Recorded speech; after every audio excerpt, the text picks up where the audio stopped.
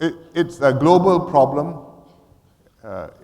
Nobody has found a 100% solution because with social media, ISIS has got ways of reaching out which are beyond the powers of any government to interdict completely. What is very important for us in Singapore is that our Muslim community feel that they are part of Singapore, that they are fully accepted, that they are citizens equal with everybody else, and that this is their home. There's no reason to be unhappy. If you are living in a country where you are downtrodden, oppressed, marginalized, well, that is some reason, although it's not a justification, to think very dangerous thoughts. But if this is a peaceful, harmonious, cohesive society, I think there's less trigger for that.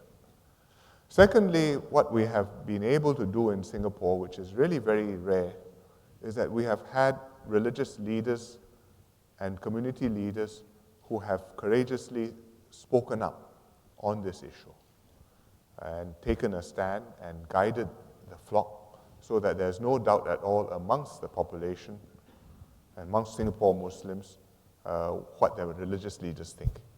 And that ISIS is wrong, is un-Islamic, and that is not the way a good Muslim should behave, and you shouldn't be tempted there. This is very precious because in many countries where governments try to work with religious leaders or vice versa, there's a risk that the religious leaders lose their flock and get disowned, and then they become ineffective.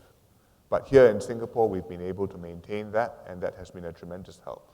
The RRG, the Religious Rehabilitation Group, Ustaz Ali, Ustaz Hasbi, and their teams, I think they have done very, very good work. Thirdly, it is necessary for us to have cooperation from the community.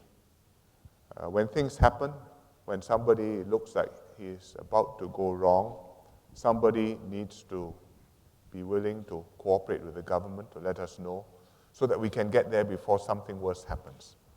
And in fact, we've benefited a lot from that. That is how we discovered the JI group in the first instance in 2011.